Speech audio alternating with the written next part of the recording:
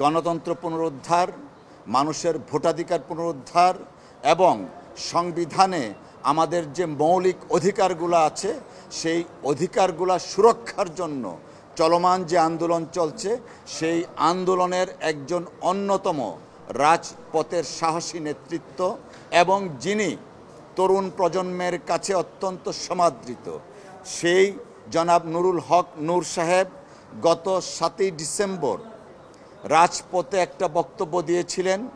সেই বক্তব্য মহামান্য আদালতের দৃষ্টি আকৃষ্ট হয়েছিল।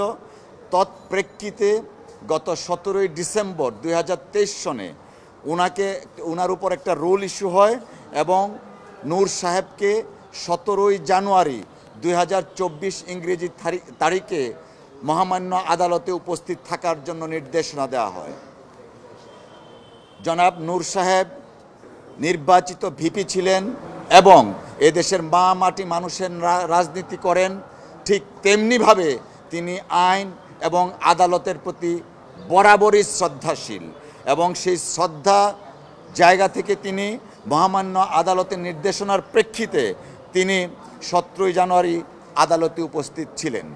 পরবর্তীতে আবারও আদালত নির্দেশনা দিয়েছিলেন 15ই ফেব্রুয়ারি ওনাকে উপস্থিত থাকার জন্য এবং ব্যাখ্যা দেওয়ার জন্য। আমরা নূর সাহেব আবারও মহামান্য আদালতের নির্দেশনাকে শিরোধার্য মনে করে 15 তারিখে তিনি সশরীরে আদালতে উপস্থিত ছিলেন।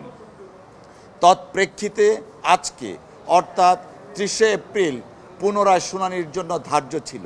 আপনারা জানেন এই মামলায় এঙ্গেজড লয়ার আছেন বাংলাদেশের সাবেক attorney general senior advocate AJ Mohammad Ali সাহেব।